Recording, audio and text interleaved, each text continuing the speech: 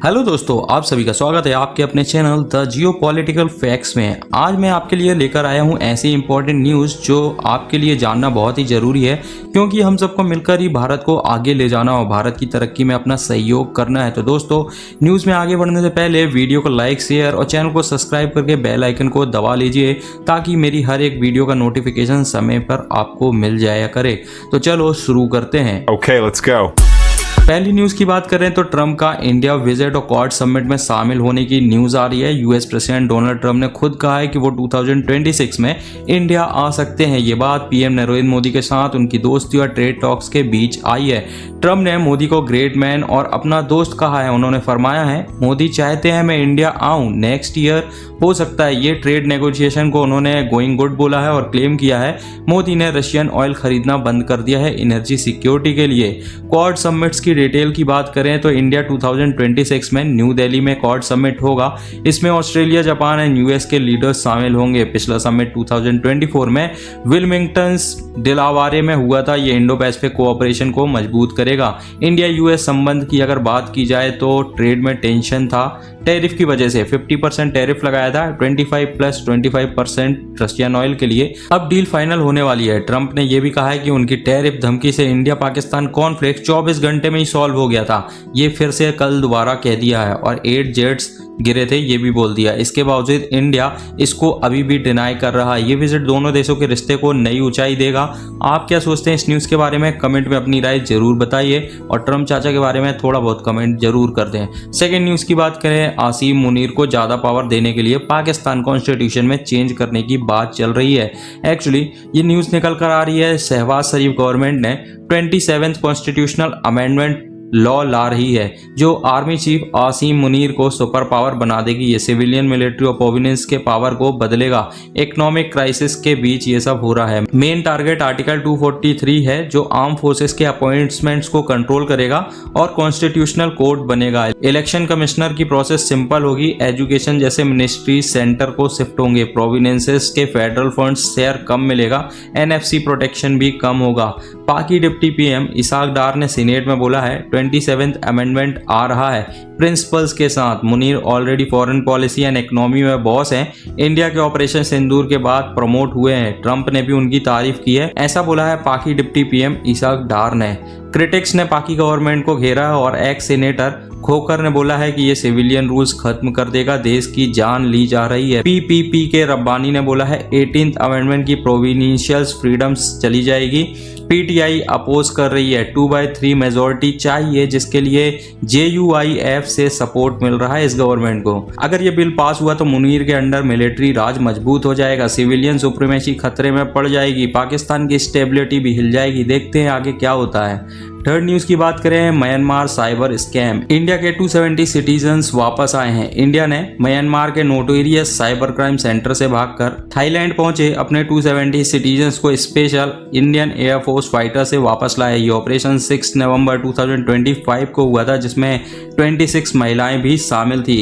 इसके बैकग्राउंड की बात करें तो म्यांमार के मायावेडी शहर में के पार्क नाम के ये cyber crime hub Chinese gang चलाते थे। यहाँ लोगों को फेक जॉब ऑफर्स में बुलाया जाता है, फिर उन्हें ऑनलाइन स्कैम में मजबूर किया जाता है। लैक्स साइबर लॉस की वजह से ये सेंटर्स बिलियंस कमाते हैं, ग्लोबल फंड्स भी करते हैं। लेट अक्टूबर में म्यांमार आर्मी की रेड के बाद ये लोग भागकर थाईलैंड के सियांग मी में चले गए थे। थाईलैंड अथॉरिटीज ने इन्हें इलीगल एंट्री के लिए रोका और इंडिया एम्बेसीज ने कोऑर्डिनेट भी किया था और 2 फ्लाइट से हिंडसन एयरबेस पहुंचाया था। पहले मार्च 2025 में भी 549 लोग वापस आए थे। अभी भी 500+ और रिपेट्रेट करने का प्लान है। तो बात वही है कि वापस आने वाले लोगों को घर तो नहीं जाने दिया जाएगा तुरंत। इनकी इन्वेस्टिगेशन एजेंसीज जैसे CBI या पुलिस उन्हें पूछताछ करेगी कैसे ये वहां पहुंचे, क्या एक्टिविटीज करते थे, कौन से सिंडिकेट से लिंक था। ये इंटेल से फ्यूचर स्कैम रोकने और लीगल एक्शन लेने में मदद मिलेगी जिससे साइबर क्राइम बढ़ ना सके, वरना ये वही काम इंडिया में भी स्टार्ट कर सकते हैं। गवर्नमेंट ने भी एडवाइजरी जारी की है। देशवासियों से अपील की है कि फॉरेन जॉब्स वेरीफाई करो एजेंट से। थाईलैंड वीजा फ्री से टूरिज्म के लिए मिलता है, जॉब के लिए नहीं, इसलिए सेफ रहो। फोर्थ न्यूज की बात करें, बहुत ही अच्छी खबर आ रही है। INS एक शार्क कमीशनिंग की न्यूज आ रही है दोस्तों। आज इंडियन नेवी में तीसरा सर्वे वेसल लार्ज INS इसाक्स कोचिक नेवल बेस पे कमीशन हुआ। ये हाइड्रोग्राफिक सर्वे को बूस्ट करेगा। सेरेमनी की डिटेल्स की बात करें तो एडमिरल दिनेश के Tripathi chief of naval staff ने सेरेमनी लीड की। कैप्टन त्रिभुवन सिंह ने वारंट पढ़ा, इंसाइन होस्ट हुआ और फ्लैग अनवील किया गया। Guard of honour and crew interaction भी हुआ। GRSE कोलकाता ने इसे बनाया है। शिप की स्पेसिफिकेशन की बात करें तो ये 80% इंडिजीनियस कंटेंट है, 100% सेल स्टील से बना हुआ है। पहला SVL जिसमें वुमेन्स क्रू के लिए भी डेडिकेटेड एकोमोडेशन है, मॉडर्न हाइड्रोग्राफिक सिस्टम्स और हेलीकॉप्टर सपोर्ट के साथ। कैपेबिलिटीज की बात करें तो डीप ओशन सर्वे कर सकता है, ये अनचार्टेड वाटर्स के चार्ट बना सकता है। डुअल रोल भी है इसका, HADR ओप्स और हॉस्पिटल शिप भी बन सकता है। इंडियन ओशन में मैरीटाइम सेफ्टी को ये बढ़ाएगा। स्ट्रेटेजिक इंपॉर्टेंस की बात करें तो ये आत्मनिर्भर भारत का बहुत ही अच्छा एग्जाम्पल है। नेवी की सुपर पावर को स्ट्रॉन्ग करेगा, वाइटल सी लेन सिक्योर करेगा, नेशनल सिक्योरिटी को ये बूस्ट करेगा। कैप्टन सिंह ने बोला है कि ये सिर्फ मैरिनर्स को सेफ पैसेज देगा। 80% इंडिजीनियस भी है ये। CNS ने कहा कोलैबोरेशन का प्रतीक है ये, सेल्फ रेलिएंट इंडिया को दिखाता है INS इसाक। फिफ्थ न्यूज की बात करें COP30 लीडर समिट ब्राजील में ग्लोबल क्लाइमेट वार्निंग के लिए ये समिट हो रहा है दोस्तों। कल से ब्राजील के बेलेम शहर में COP30 का वर्ल्ड लीडर समिट शुरू हुआ है। ये अमेज़न रेन फॉरेस्ट के पास है जहां UN security general Antonio Guterres ने दुनिया के लीडर्स को सख्त ताना मारा है। 30 साल से क्लाइमेट टॉक्स चल रहे हैं लेकिन अभी भी 1.5 degree Celsius warming limits cross होने वाली है 2030 तक। इससे इरिवर्सिबल डैमेज होगा, जैसे एक्सट्रीम हीट्स बढ़ेगी, फ्लड्स एंड हंगर्स भी बढ़ेगा। गुटेरियस ने अपने स्पीच में बोला है कि ये मॉरल फेलियर है। कॉरपोरेशन क्लाइमेट से बिलियंस कमा रहे हैं, लॉबिंग से पब्लिक को धोखा दे रहे हैं। हर साल $1 ट्रिलियन फॉसिल फ्यूल पे सब्सिडी दी जा रही है। उन्होंने 2 ऑप्शन दिए हैं, लीड करो वरना रून हो जाओ। नेट जीरो 2050 तक पहुंचना बहुत ही जरूरी है और डेवलप्ड कंट्रीज को $300 बिलियन सालाना देना होगा डेवलपिंग नेशंस को। WMO के मुताबिक 2025 दूसरा या तीसरा सबसे गर्म साल बन रहा है। अगस्त तक एवरेज 1.42 डिग्री सेल्सियस ऊपर था प्री इंडस्ट्रियल ट्रेनिंग से। अलार्मिंग स्ट्रीक चल रही है। 2023-24 के बाद एक्सट्रीम वेदर से ग्लोबल इकोनॉमी को $1.4 ट्रिलियन का नुकसान हर साल हो रहा है। बड़े पॉल्यूटर्स जैसे US, China, India and Russia के लीडर्स तो आए ही नहीं थे। US ने किसी को भेजा ही नहीं। उनके ऑफिशियल ग्रीस में एक्सॉन मोबाइल के साथ गैस डील साइन कर रहे हैं। इससे कुछ लोग खुश हैं। अब रियल मल्टीलेटरल टॉक्स हो सकते हैं बिना डिप्लोमेटिक प्लेयर्स के। ब्राजील के लूला ने UK PM स्टारमर और फ्रेंच प्रेसिडेंट मार्कोन से बात की है। इंडिजीनियस ग्रुप मैच कर रहे हैं अमेज़न प्रोटेक्शन के लिए। उनका फ्लोटीला लेट हो गया। ब्राजील ने tropicals forest forever facility launch किया। $125 बिलियन टारगेट था 3 साल में। पहले दिन ही $10 बिलियन की उम्मीद है। नॉर्वे $3 बिलियन डोनेट कर चुका है। फ्रांस का 500 मिलियन यूरो देने का वादा है। यूके ने डिसअपॉइंट किया है, 0 कैश दिया है। बारबाडोस PM ने कोलिशंस ऑफ विलिंग बनने को कहा है। ये समिट 21 नवंबर तक चलेगा। अब एक्शन की जरूरत है, सिर्फ बातें करने से बात नहीं बनेगी। 6 न्यूज की बात करें, इंडिया के चिकन नेक्स पे डिफेंस बूस्ट हो रहा है। क्यों हो रहा है? आजकल देख सकते हैं बांग्ला पाकिस्तान बहुत ज्यादा भाई भाई बन रहे हैं। इस कारण इंडिया को एक्शन लेना पड़ रहा है। इंडिया ने अपने सेंसिटिव सिलीगोड कॉरिडोर, जिसे चिकन नेक्स भी कहते हैं, की सिक्योरिटी मजबूत की है। ये 22 किलोमीटर चौड़ा कॉरिडोर नॉर्थ ईस्ट के 8 स्टेट्स को कनेक्ट करता है, जहां 45 मिलियन लोग रहते हैं और रिसोर्सेज भरे पड़े हैं। इसका कट होने से पूरा रीजन आइसोलेट हो जाएगा। ये कॉरिडोर वेस्ट बंगाल में और इंडिया पाकिस्तान बॉर्डर पे 4096 किलोमीटर लंबा है। अभी तक गैप्स था सिक्योरिटी में।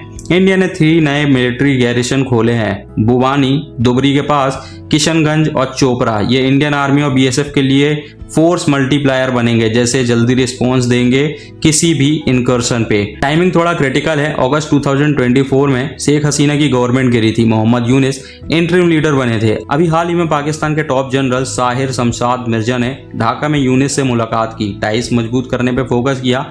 कनेक्टिविटी और मिलिट्री कोऑपरेशन की बात भी हुई। इंडिया को यह थ्रेटन लग रही है क्योंकि पाकिस्तान बांग्लादेश एंगेजमेंट बढ़ रहा है। ये गैरिसन बॉर्डर मॉडर्नाइजेशन का हिस्सा है जो लॉजिस्टिक्स और इकोनॉमी को सेफ रखेगा। दिल्ली अलर्ट मोड पे है। आगे देखते हैं बांग्लादेश और पाकिस्तान की चाल का भारत कैसे जवाब देगा। एक्चुअली बांग्लादेश और पाकिस्तान के बीच खिचड़ी पक रही है चिकन नेक से इंडिया को काटने की, क्योंकि इंडिया ने बांग्लादेश बनाया था पाकिस्तान से अलग करके।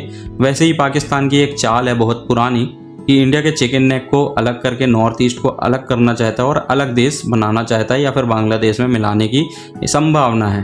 तो देखते हैं इनकी प्लानिंग कैसे फेल करता है भारत। तो 7 न्यूज़ की बात करेंगे। छत्तीसगढ़ में मोइस्ट महिला का समर्पण हुआ है, एक स्पेशल रिपोर्ट आई है। छत्तीसगढ़ के खैरागढ़, छुईखदान, गंडई जिला में एक बड़ी अच्छी घटना हुई है। 30 साल की मोइस्ट महिला कमला सोडी, जिसके सिर पर 17 लाख रुपए का इनाम था, ने पुलिस के सामने समर्पण कर दिया। ये घटना कल यानी गुरुवार को हुई। कमला सोडी सुकमा जिले के अलरामपाली गांव से है। पिछले 14 साल से वो CPI मोस्ट के MMC जोन में एक्टिव थी। बस्तर के मार डिवीज़न में मिलिट्री विंग्स का हिस्सा थी, जहां उन्होंने recruitment, propaganda and security forces पर हमले प्लान करती थी।